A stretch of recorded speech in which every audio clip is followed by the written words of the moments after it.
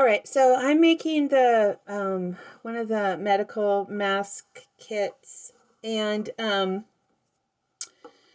so it has the blue medical liner in it that is supposed to be messing up needles. So I think I'm at the point now where I should probably replace the needle, but I'm being stubborn about it because I really just want to get to a stopping point here. Because the step I'm at now is inserting the nose wires.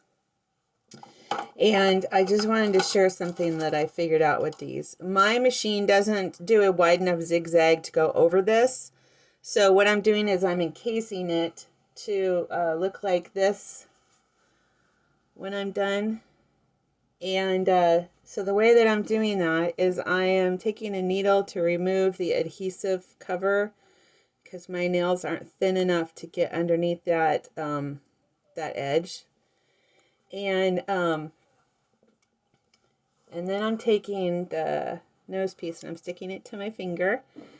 And I'm going inside. I measured 3 inches from the edge to here. And so what I'm doing is I'm going up along the seam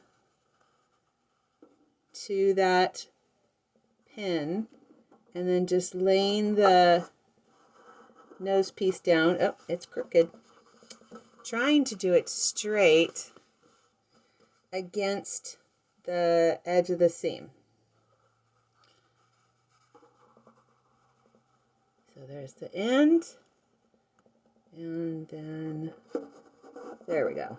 Okay, so it's up against the seam now, and then I put the pin in wrong for what I'm doing, so I'm going to flip this pin around so I can see where the nose piece is so I don't break my needle on it. And then I take a second pin and I put it on the other end where the nose piece ends. You can't see it, hold on. There. All right. And now I just start sewing around it in that casing. And because my machine is old and wonky, I have to start this in reverse. Otherwise, it'll eat up the bobbin thread. So I put the, oops, you can't see. I put the beginning of the needle where the nose piece edge is. And I go backwards. Okay, and then I flip it around. Oh, that's too far. I scoot back one step. Okay. Flip it around and then go down the line.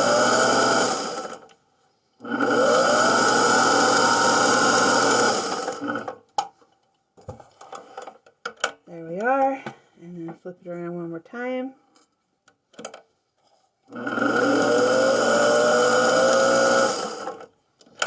And that's it. So that is how I do the nose pieces on this style. Now, the next thing I'm going to do is I'm going to deal with this raw edge that I left open, and I'm going to pleat it and put the elastic in all at the same time. So, just get fussy and trim off all this.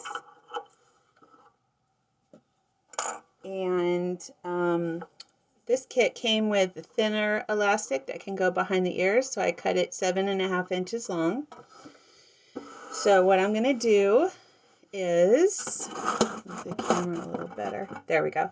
Okay, I'm going to fold this in half so I can see the halfway area. Make a crease. Remember, you can't iron this because of the plastic medical grade stuff. Oh, I forgot to do the edge. First, I'm going to do the edge. So, all I do is here, I'm going to show you see this, how it's cut at an angle? I did that on both sides. just as if I was turning a corner at the other end. You know how you cut the corner off so that it has a better point. I did that on this side too, so that when I roll the edge down, it just folds in easier. And I do it about 1/4 of an inch. This one's too big. There. Just like that.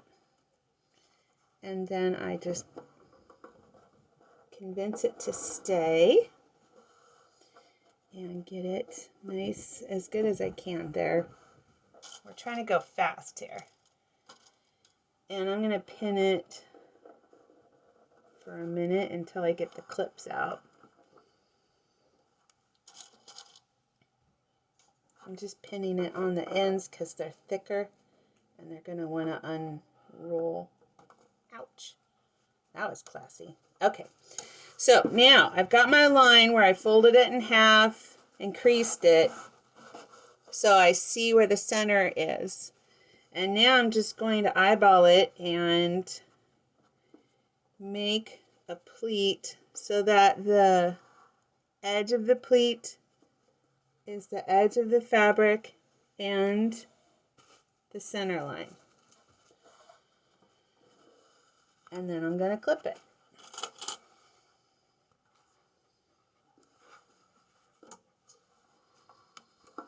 This part you can do in front of TV.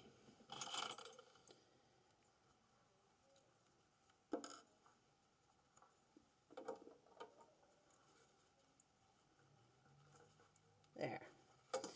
And then just do the same exact thing for the top. Try to make it so it's nice and even there with the edge of the mask and the center line.